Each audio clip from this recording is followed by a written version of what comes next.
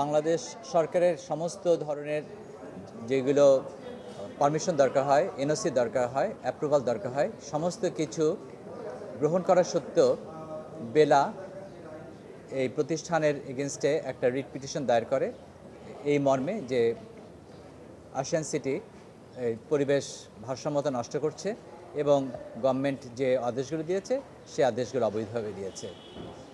পরবর্তীকালে এই নিয়ে অ্যাপিল ডিভিশনে মামলা হয় এবং মামলায় একটা আদেশ হয়, যে আদেশে বলা হয় যে আশিয়ান সিটি একটা নির্দিষ্ট পরিমাণ জমির উপর তার প্রজেক্টটা অব্যাহত রাখবে।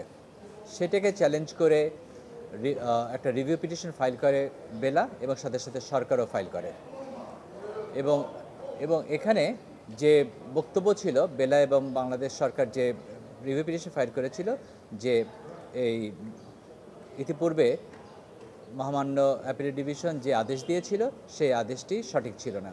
আজকে এটা হিয়ারিং হয়েছে এবং সরকারের করা এবং বেলার করা দুটা রিভিউ পিটিশনই খারিজ হয়ে গেছে। অর্থাৎ আশিয়ান সিটি এখন এই যে তাদের যে আবাসন প্রকল্প সেটা চালিয়ে যেতে পারবে।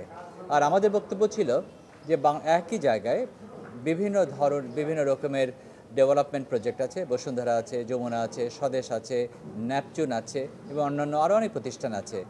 সেগুলোর বেলা কিছু বলে না, অথচ খুবই অল্প সংখ্যক জমির উপর ভিত্তি করে আবাসন সিটি যেটা আশিয়ান সিটি করছে সেটার উপরই তারা বিভিন্ন ধরনের মামলা মোকদ্দমা করছে, যেটা আমরা বলেছি যেটা আইনত গ্রাহ্য নয় এবং সমস্ত কিছু বিবেচনা করে মহামান্য আপিল বিভাগ এই রিভিশন খারিজ করে দিয়েছে।